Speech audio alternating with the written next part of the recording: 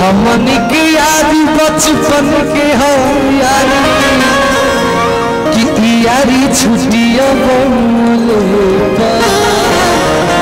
आपका और हमारा साथ है, हम आपके पुत्र समान हैं।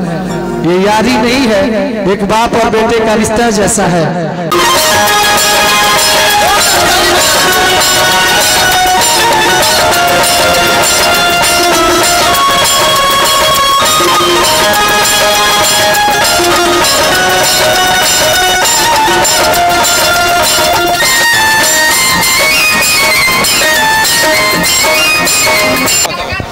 जब हमने के बीच में परम आदरणीय प्रभारी महोदय जी मौजूद बने थे, हमारे गार्जियन हैं और वो सबके बीच में और दोस्त बनकर वो सबके प्रहरी बने, इन्हीं के देख देख में हमके सुरक्षित महसूस कर रहा बनी जा।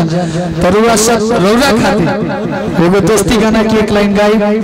आप भी, आपका भी कोई दोस्त होगा जो आपको देखकर बड़ी गौरव महसूस कर रहा होगा कि मेरा एक दोस्त माँ भारती का सेवा में लगा हुआ है, जन जन का सेवा में लगा हुआ है। वो दोस्त की तरफ से एक दोस्ती गीत आपके लिए भैया तमाम हमारे भाई लोग हम सर के सम्मान में गा रहे हैं। कहे के बाद कि रहुआ से प्यारी आदि को नहीं टूटी, अरे क्यों के तुराने स्थानीय बन के सेवा करते हैं। तो आप सब आपके दोस्त हैं, सबके दोस्त आप हैं, तो सबका कहना है कि रहुआ से प्यारी आदि को नहीं टूटी, अरे केहू के तुझे हमनी की याद बचपन के हम यारी।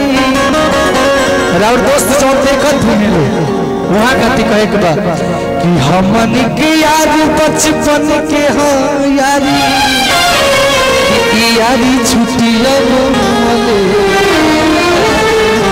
एक लाइन और कहे के बाद कि जहियाल सूरज चनवा रही हो, कि यारी में हमनी के नमवा रही हो। इतने ना आरे की जोड़ी भगवान जीवन वाला आहे रउआ के हमसे मिलवले, कि समाही सुबह में अमित पर रात चलाले सुवाले पर, कि हमनी के याद बचपन के हम यारी, कि यारी छुट्टियां आपका और हमारा साथ है, हम आपके पुत्र समान हैं। ये यारी नहीं है, एक बाप और बेटे का रिश्ता जैसा है।